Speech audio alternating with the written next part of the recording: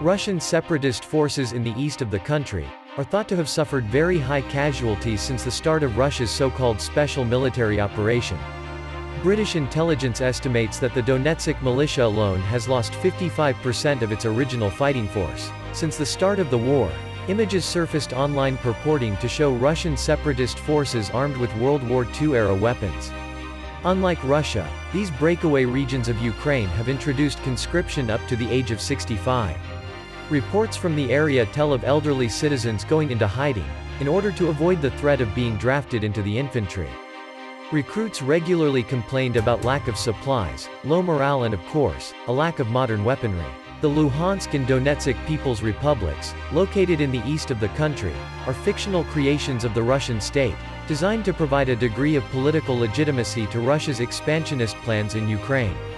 Russia has been trying to stir up trouble in the Donbass region, in order to help create this narrative around a genocide of Russian speakers in that area of the country. Although various international organizations have found no merit to the Russians' claims. But it's these exaggerated claims of repression and genocide against Russian speakers that's formed the cornerstone of the Russian justification for this war. It's this supposed oppression of Russian speakers that's been steadily broadcast on Russian evening news for years. It's likely been Putin's plan all along, to use the chaos and discord he created in the Donbass as the basis for a war of occupation. Luhansk and Donetsk breakaway forces have long been armed and supported by Moscow, but it's starting to become clear that Russia's severe equipment shortages have clearly permeated down to their proxy forces in Ukraine. It's a well-known, and widely acknowledged fact in the West, that these forces have been supported by Russia. Although this is something they long denied. In addition to a lack of basic modern equipment, conscripts have complained about being sent to the front lines without food, water and armed with weapons their great-grandfathers might be more familiar with.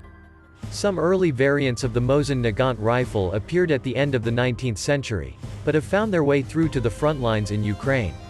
The lack of basic training and equipment has clearly had a predictable impact on their casualty figures, which are reported to be substantially higher than even the regular Russian forces.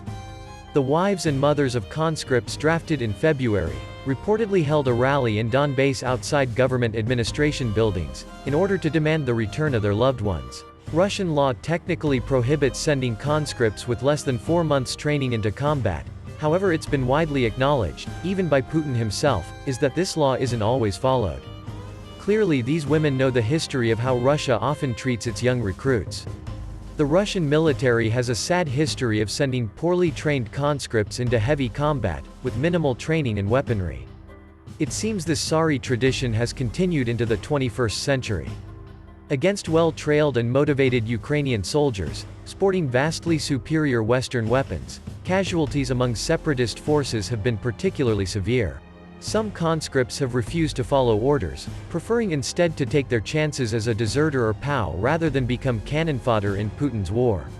Moments before going into action against Ukrainian forces, one young conscript reportedly said, quote, "I don't even know how to fire an automatic weapon." The complete disregard that Russia shows towards the lives of the very people that it claims to be liberating, shows the real priorities and intentions behind Putin's war. Russia clearly still believes that Ukraine is just a territory that exists firmly within its sphere of influence, and not an independent sovereign nation-state worthy of respect. Unfortunately for the people of Luhansk and Donetsk, they are on the front lines in this war. Many of them have already paid the ultimate price for Putin's ambitions, and it's likely many more will before this war is over. Thank you very much for watching. Please don't forget to like and subscribe, and I will see you next time.